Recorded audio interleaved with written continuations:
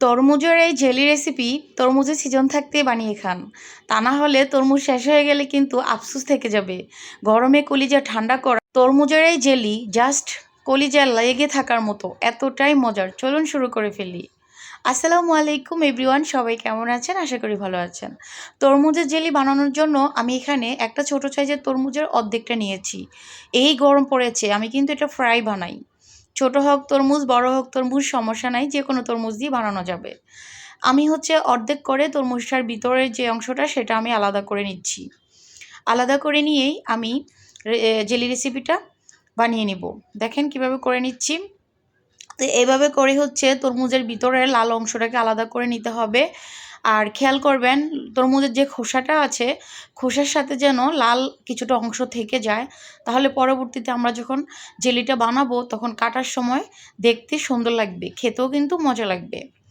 তো এই সিজন থাকতে থাকতে একবার হলেও বানিয়ে খান। যারা এখনও বানাননি তারা বানিয়ে খেয়ে ফেলুন, খুবই মজার। অনেক সময় দেখা যায় বাচ্চারা কিন্তু বিচির জন্য তরমুজটা খেতে চায় না, লাইক করে না।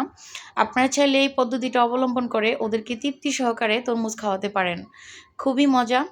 এভাবে করে বানালে যেহেতু বিচিটা থাকে না, তখন বাচ্চারা খুব মজা করে খায়, বড়দেরও খুব পছন্দ। তো দেখেন আমি পুরোটা তরমুজ আলাদা করে নিয়েছি, ঠিক এভাবে করে নিতে হবে। এটা একটা সাইডে রেখে দিয়ে তরমুজটাকে এখন আমি একটা ব্লেন্ডারে জাকে নিয়ে নিব। একটা ব্লেন্ডারে জাকে আমি সবগুলো তরমুজ নিয়ে এটাকে সুন্দর করে ব্লেন্ড করে নিব, যেন কোনো দানাদার অংশ না থাকে। তো আমার এই তরমুজটা এত মিষ্টি ছিল, খেয়াল করবেন, চেষ্টা করবেন লাল দেখে একটা তরমুজ নিতে, তাহলে কালার এবং খেতে কিন্তু দারুণ হয়। এখন কিন্তু এখনও বাজারে ভরপুর তরমুজ আছে। এই রেসিপি দেখার পর আপনারা অবশ্যই কালকে বাসায় বানিয়ে ফেলুন, এটা এতটাই মজার। আর আমি তো 2 দিন পরে পরে বানিয়ে ফেলি, আমার বাচ্চারা খুব পছন্দ করে, আমি নিজেও লাইক করি। যেই গরম পড়েছে, সুস্থ থাকতে হলে এই ধরনের ঠান্ডা কিছু খেতেই হবে। তা আমি খুব সুন্দর মতো করে ব্লেন্ড করে নিয়েছি। দেখেন কোনো পানি দেওয়া যাবে না ব্লেন্ড করার সময়, জাস্ট এমনিতেই ব্লেন্ড করে নেবেন। এখন আমি একটা চাকনির সাহায্যে এটাকে ছেঁকে নিব। আমাদের এখানে প্রয়োজন হবে যে রসটা সেটার, কারণ আমরা ব্লেন্ড করার সময় এখানে তরমুজের যেই বিচি ছিল সেটা কিন্তু এখানে ব্লেন্ড হয়ে গেছে। তো খেয়াল করবেন এগুলোকে সরিয়ে ফেলতে। এই তো এভাবে করে ছাঁকনি দিয়ে ছেঁকে চিপে চিপে রসটাকে আমি বের করে নিব।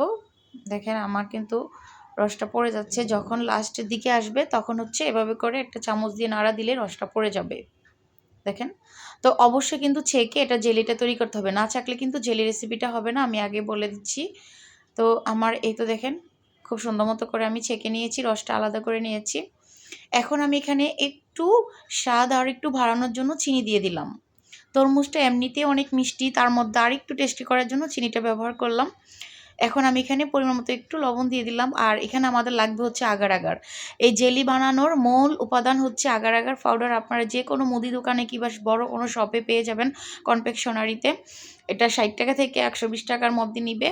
তো আমি 1 চামচের মতো এখানে দিয়েছি, বাট একটু বেশি পড়ে গেছে, আর একটু কমিয়ে ফেলবো আমি। এই তো চা চামচের ভরা ভরা 1 চামচ দিলে হবে। খেয়াল করবেন গরম পাতিলের মধ্যে এই আগার আগার পাউডারটা দিবেন না, তা না হলে দলা পেকে থাকবে। ঠান্ডা অবস্থায় এই ইয়েটা দিবেন, আগার আগার পাউডারটাকে দিবেন। তো আমি খুব ভালো মতো করে মিশিয়ে নিয়েছি, দেখেছেন কি সুন্দর দেখা যাচ্ছে কালারটা না? এখন চুলায় একটা পাইপ্যান বসিয়ে দিয়ে চুলার মধ্যে আমি দিয়ে দিলাম আমার এই তরমুজের রসগুলো। দেখেন কি সুন্দর দেখা যাচ্ছে, আমার তো মন চাচ্ছে আমি এখনই খেয়ে ফেলি। তো এটাকে বেশিক্ষণ জাল করব না, জাস্ট 5 থেকে 6 মিনিটের মতো জাল করে নিব। যখন এটা ফুটে আসবে, একটু লাচা লাচা ভাব হবে, আপনারা হাত দিয়ে আঙ্গুল দিয়ে পরীক্ষা করে নেবেন। লাচা লাচা ভাব হলেই বুঝতে পারবেন যে আপনার জেলিটা হয়ে গেছে, মানে জেলির জন্য এটা একদম পারফেক্ট একটা ব্যাটার তৈরি হয়েছে। এই যে এভাবে করে লাড়াচাড়া করে নেবেন। লাড়াচাড়া কিন্তু বন্ধ করবেন না, তা না হলে দলা ফেকে যাবে আর নিচ থেকে ফোড়া লেগে যাবে, তখন কিন্তু জেলিটা খেতে মজা হবে না। চুলার কাছে দাঁড়িয়ে থেকে চুলার জালটা বাড়িয়ে দিয়ে এটাকে অনবরত 5 মিনিট নাড়াচাড়া করে জাল করে নেবেন। তো আমার এটা কিন্তু ফুটে উঠছে, দেখছেন আপনারা। এই যে আমি আরেকটু জাল করে আরেকটু ঘন করে নিব। তো ফাইনালি কিন্তু আমার এটা হয়ে গেছে। দেখেন এই যে অনেকবার আমার এটা ফুটে উঠেছে, তারপর একটু ঘনত্বে চলে আসছে। আর আঙ্গুল দিয়ে দেখে নেবেন লাঠা লাঠা হয়েছে কিনা। যদি লাচা লাচা ভাব হয় তাহলে বুঝে নেবেন এটা একদম পারফেক্ট। তো আমি এখন এটা চুলা থেকে নামিয়ে নিব, নামিয়ে এটাকে ঠান্ডা করে নিব। এই যে আরও 1 মিনিটের মতো আমি করে নিলাম।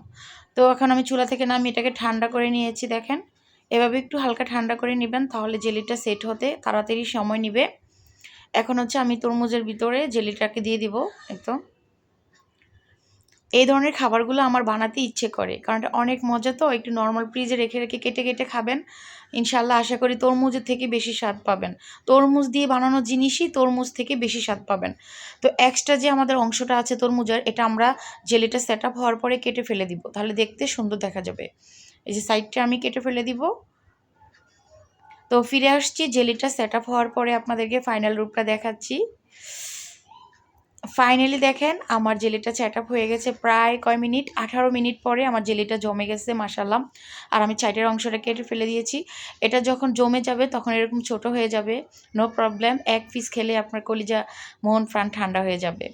আর যদি বেশি করে খেতে চান তাহলে বড় একটা তরমুজ দিয়ে বানাবেন, আশা করি সবাই তৃপ্তি সহকারে খেতে পারবেন, এটা এতটাই মজার। আর একবারে না খেতে পারলেও নর্মাল ফ্রিজে রেখে রেখে খেতে পারবেন।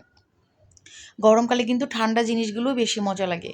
এখন জাস্ট আমার বাচ্চারা বাসায় নেই, আমি কেটে আপনাদের সামনে ভিডিওটা দেখিয়েছি, ওরা আসলে কেটে দিব। ভালো লাগলে লাইক কমেন্ট শেয়ার করে দিবেন। আল্লাহ হাফেজ।